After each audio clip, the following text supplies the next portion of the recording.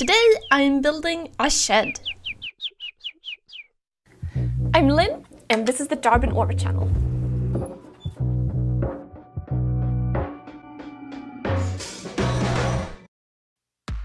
I've been meaning to make my carport shop better and more functional.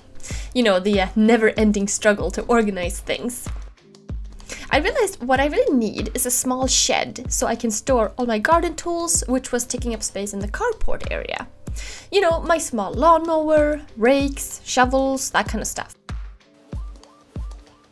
Although I don't have that much equipment, so the shed doesn't need to be very large, which is why I decided to make it 3 by 6 feet, which is a little less than 1 by 2 meters. Now, building a shed is easier than you might think, and it all starts with your foundation. Now, many of the steps that I'm doing here can be modified to fit your needs and your situation.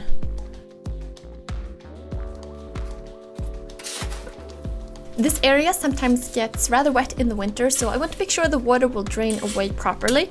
So I'm adding gravel here and then pressure treated wood for the base.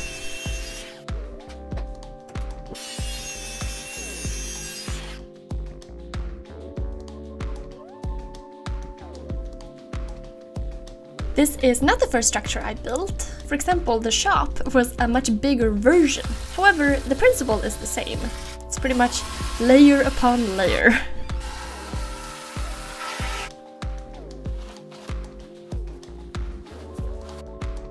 Now, I want to make sure the shed is really stable, so I decided to drill some holes and add some rebar into the ground in the base.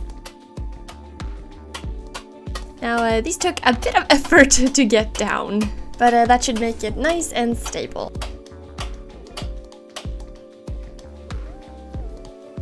A little filter fabric is a good idea to prevent weed growth.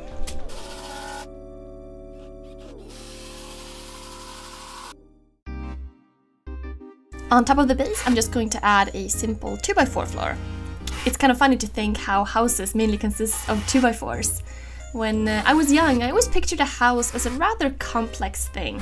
And I was quite surprised, I remember, once I realized how houses are mostly made with 2x4 frames in one way or another.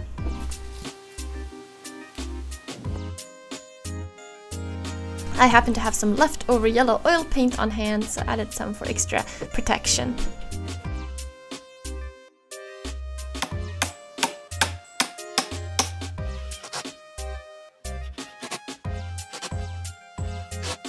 And throughout this project I'm using the RZ masks, which come in some really cool colors and they're very comfortable to wear, especially when you're cutting OSB and 2x4s, and there was certainly quite a lot of that to do for this project. I mean, everybody knows that you should wear a mask. It's sometimes easy to forget. And that's why I really like these masks, because they're pretty nice to wear for a long period of time, no matter what tasks you do.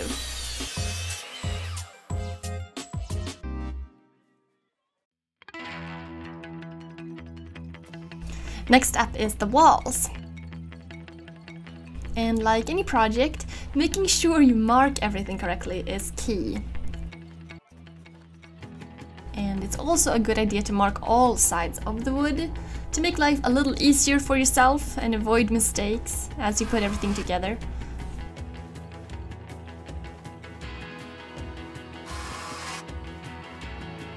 This is the kind of project that a lot of people probably want to do, but it may seem a little intimidating to get started. But it's a great opportunity to learn new skills.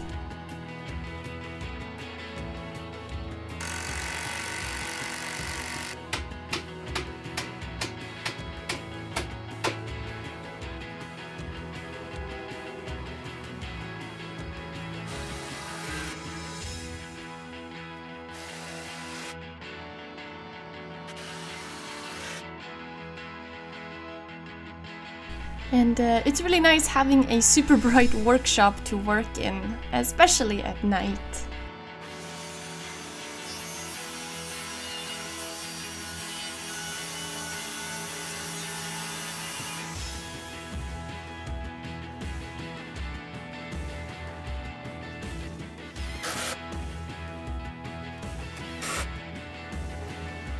And building these walls like this is really quick to do, because the walls are light, and by adding the sheathing after the walls are up, it's a lot easier to get everything done.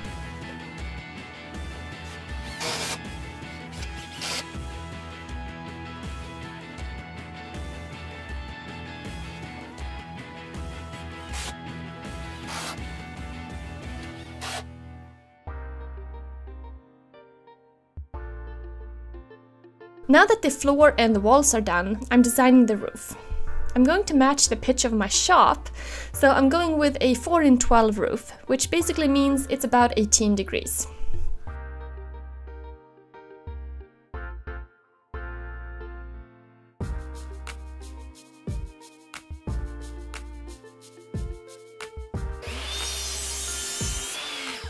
And here I'm sporting my purple mesh mask while doing some cuts. So if you guys want to try out the RZ masks as well, you can get a free 3-pack of their F1 filters if you use the code JARBENORVER at checkout.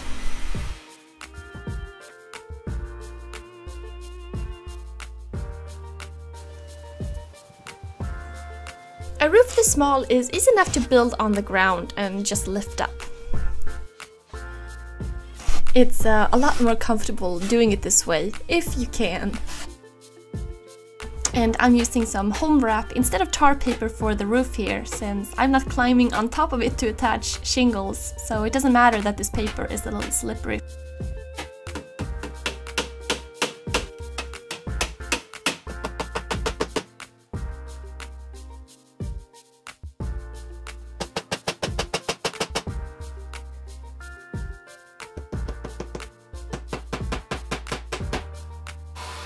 And it's always good to see that it fits perfectly once it gets up there.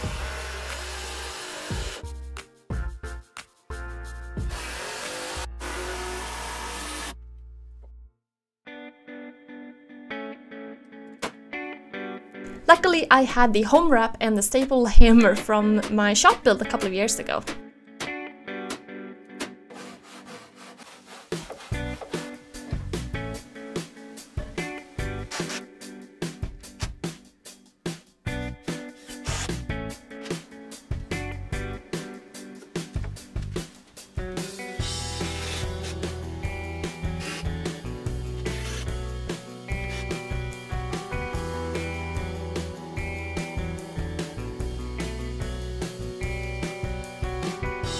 Adding this kind of siding certainly isn't necessary, but I wanted the shed to really match everything in my backyard. I have the same hardy board on my shop and it's been really great, so I wanted to go for the same look here.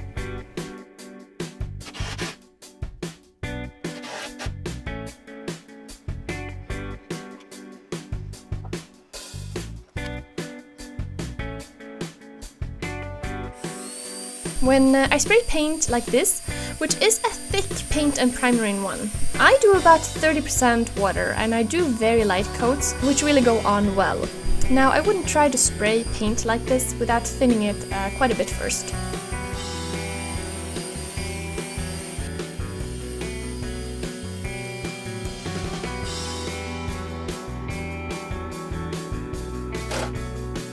And now I finally get to work inside the shed. I added a bunch of pegboard and these various pegboard holders to organize the tools. And there's just something pretty awesome about getting everything lined up correctly and up on the wall. In addition to the pegboard holders, I wanted to add some shelving. This really helpful jig allowed me to drill tons of holes, all lined up nicely.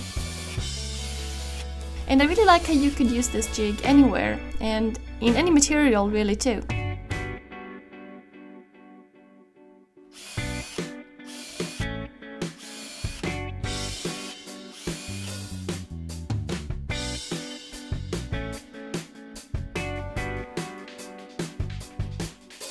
Now I just have to add some more shelving.